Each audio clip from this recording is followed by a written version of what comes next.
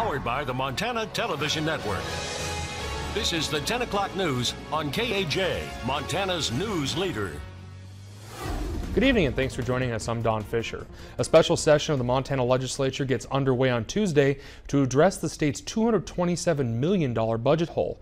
Governor Steve Bullock, a Democrat, is proposing a three-pronged approach, about $77 million in budget cuts, which he can order, along with $75 million in temporary tax increases, along with nearly $77 million in budget transfers and adjustments.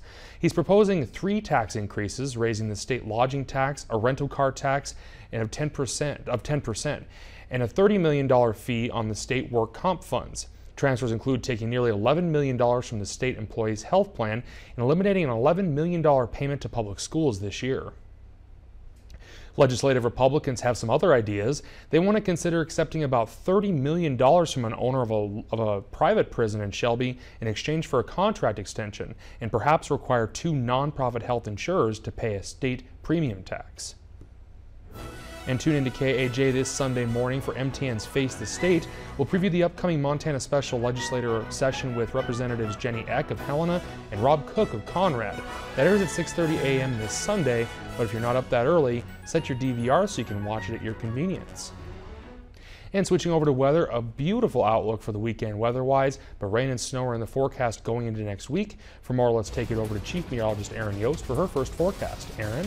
That's right, Don. If you have any outdoor plans you need to tackle, you want to use what we have coming our way tomorrow afternoon and throughout much of the day on Sunday. Although we will see clouds on the increase Sunday, it should stay dry. Right now, seeing a couple isolated showers out there across northwest Montana, some mountain snow and valley rain. We will hold on to the potential again for very light stuff overnight tonight into early Saturday morning, but the rest of Saturday looks pretty good. More sunshine than clouds, especially the second half of the day. Sunday again expected to be dry with clouds on the increase, and then that next system rolls in on Monday. I've got all those details coming up. Salute to Service is brought to you by Flathead Electric Cooperative, your not-for-profit member-owned co-op.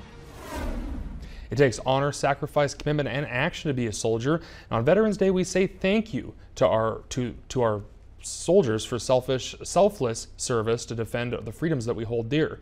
In this week's Salute to Service, MTN's Nicole Miller shows us how across the Flathead Valley and beyond, the communities are saluting our veterans. Main Street in Kalispell is flanked on both sides with flags flying high in honor of Veterans Day. Local wrestlers and members of the Kalispell Glacier VFW Post 2252 hung the flags, which stretch from the courthouse to Depot Park, while most of us were still sleeping.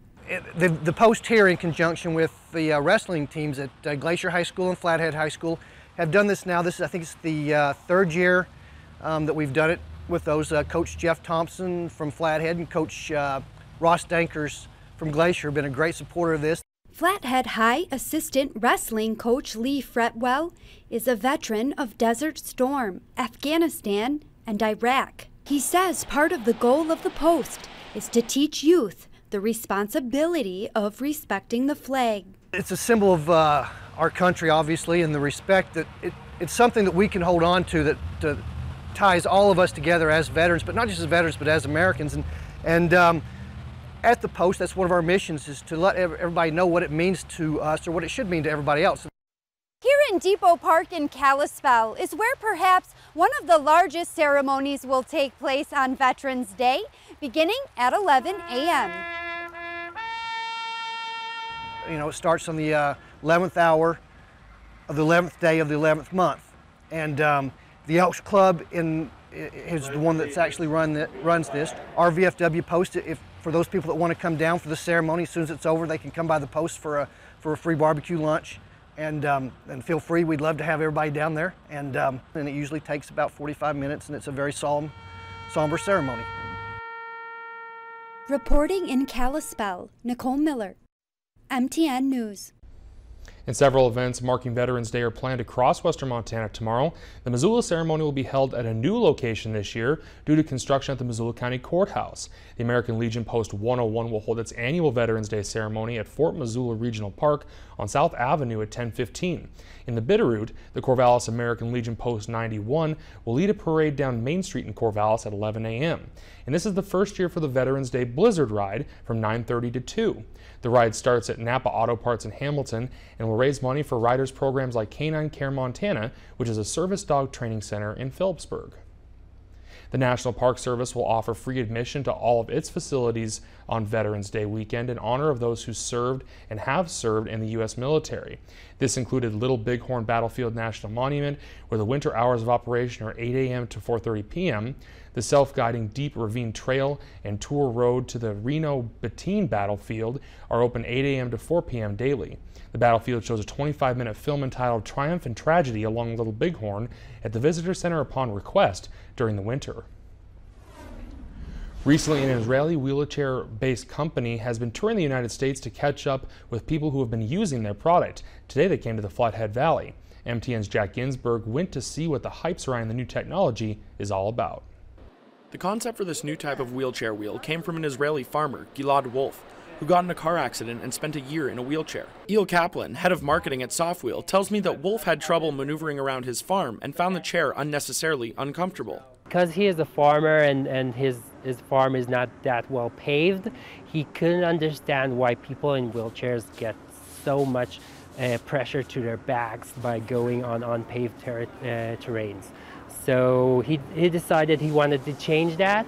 Wolf's idea came to life just a year ago as the first soft wheels began to be produced and distributed around the United States. The soft wheel got rid of the old spoke and rim idea and replaced it with a suspension system that uses shock absorbers to create a more comfortable experience. I spent time with Kim Beretta and David Poole, who have both been using the wheels since they came out. Beretta says a lot of time in Montana you have to deal with ice on the sidewalk, and says the way the wheels handle that is what sets them apart. Because when you hit one of those, when you hit chicken heads or anything like that, a little pile of ice on the sidewalk, it actually absorbs the bumps for you. So it gives you a smoother ride, and it's a lot quieter as well. You don't end up with the shopping cart sound that you normally get on your wheelchair wheels from the front. Poole echoed Beretta's thoughts about how the wheel handles more rugged terrain.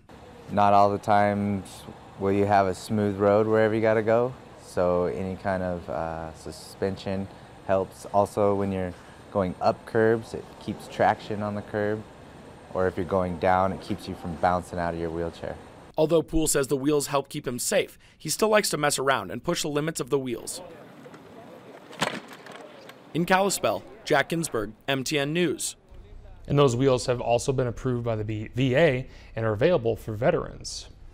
In Mineral County, a committee is trying to figure out how to reopen the jail that was closed due to staffing shortages in late October. They've identified two key issues, and both the sheriff and commissioners are working to come up with solutions. Last Friday at a weekly commissioners meeting, a jail committee was established. It includes the sheriff, undersheriff, 3 members of the public, and 2 detention officers who recently quit. They are working to figure out why people don't want to work at the jail. Commissioner Roman Zalawi says 2 issues have been identified: low salary for detention officers and reportedly questionable policies that have been implemented by jail management. The problems they identified are ones that, between the sheriff and the commissioners can have a quick resolution, because we want to get some jailers back to work. Hopefully, a limited pool of workers in Mineral County, there are still some people who will apply for the job. In the meantime, Mineral County arrests are being sent to Sanders County in Thompson Falls, which is 75 miles away. This costs them almost $70 per day per inmate. And on Monday evening, the committee will present their findings and recommendations to the commissioners at a special meeting in an effort to get the jail reopened. And coming up, Aaron is back with your weekend forecast with a look into next week as well. And up next, how bionic arms are helping workers take the strain off their bodies. That's after the break.